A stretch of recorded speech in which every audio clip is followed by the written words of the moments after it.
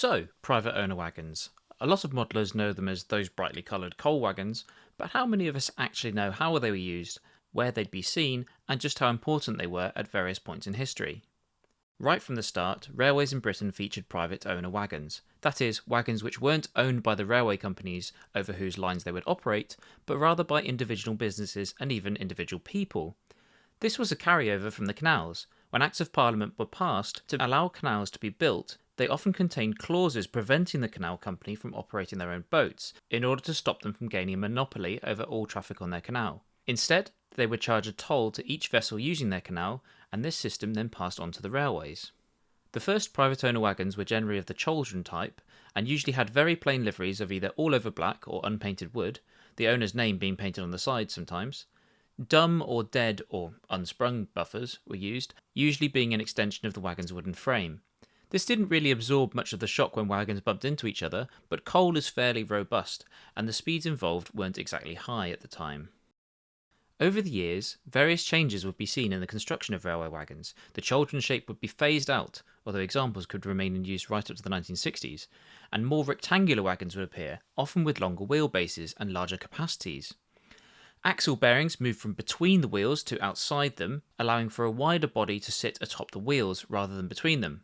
Some wagons even had handbrakes, although there were many that didn't. By the 1880s, there had been a number of accidents caused by poor design and maintenance of private owner wagons. There simply weren't any specifications that had to be met before a wagon would be allowed out on the main line, nor were there any required tests once it had entered service. Wagons with rotten wooden underframes, cracked axles and broken springs could all cause a derailment which would be a real headache to clean up, not to mention the risks to other trains using the line.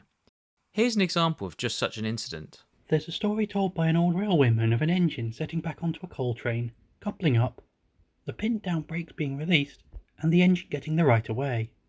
Alas, the brakes were still pinned down on one wagon. A private owner it was too. And the snatch was too much, for it broke its back, it did. She just sat down, putting coal all over the road. Shocking condition it was in. A tale reminiscent of a well-loved children's story about a particularly scruffy PO wagon being pulled in half. The Railway Clearinghouse was an organisation originally set up in 1842 to manage the sharing of ticket revenue between companies when goods and passengers made journeys using more than one company's lines. It consisted of representatives from many of the pre-grouping railway companies. In 1887, the Railway Clearinghouse published a set of standards to be met by wagons for use on the main railways.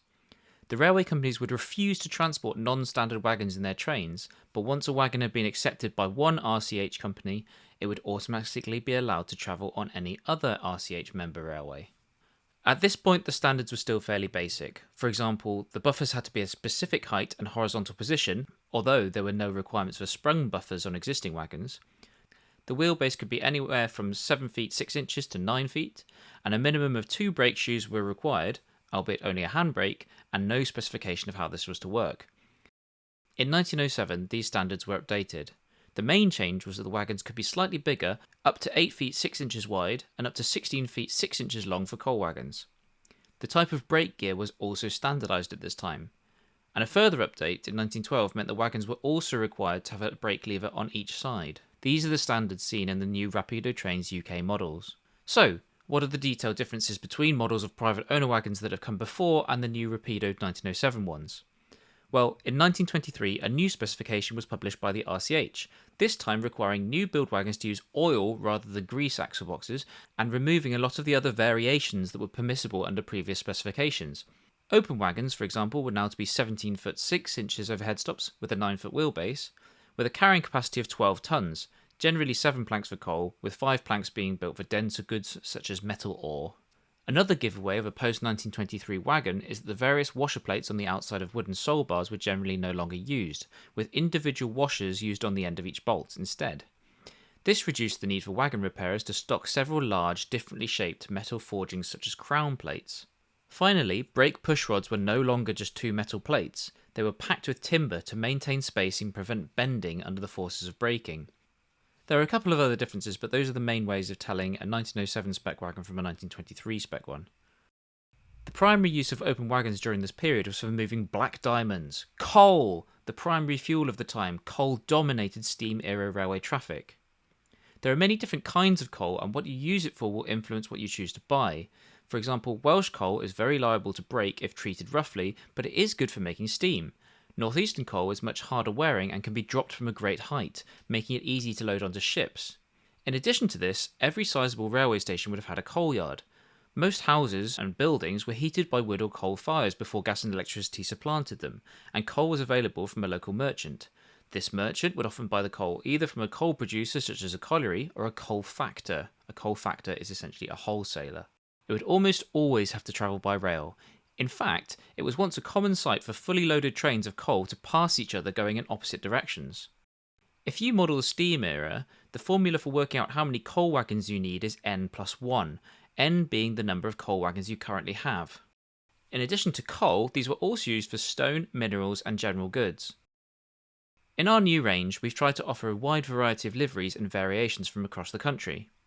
The diversity of coal production meant that these wagons could appear far from their home. For example, brewers down in Kent were getting coal from Scotland because the coal closer to home had too much arsenic in it to be used to dry hops, as it could poison customers.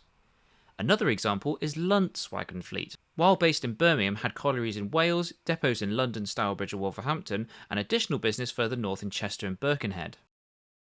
You may recognise some of these liveries, but previously they have only been offered on wagons that fit a much later 1923 RCH specification.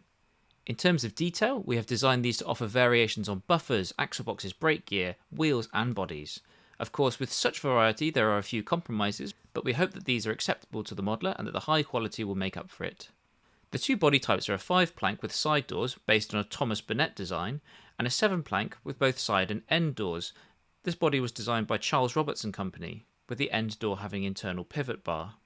It wasn't just private companies either, as our range also features examples used by big railway companies. The Great Central and Great Western wagons are notable for having a 0 prefix number. This indicates that they were owned by a hire company and were on loan to the big railway, although these wagons sometimes later found their way into the main stock list. On the other hand, the Metropolitan Railway owned their wagons outright, having built some to the same basic design with a few subtle changes, and which was later absorbed into London Transport's fleet. Some of these lasted until the 1970s. Private owner wagons were in use well after the grouping, and companies continued to have their own wagons even after the Second World War, during which time all available general purpose wagons were put under central control for the war effort.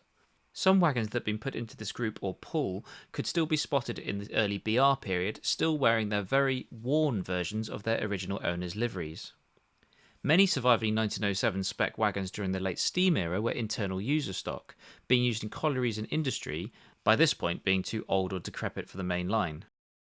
So there you have it, a huge variety of locations, colours, details and eras. We're really proud of these and hope they are a credit to your model railway, whichever ones you choose. For more information and to place your pre-order, please head over to our website at rapidotrains.co.uk, but do be quick as the order book is scheduled to close on the 14th of August 2023, at which time the wagons will go into production. For more updates, please subscribe to our social media channels, and why not sign up to our newsletter at the same time. Bye for now.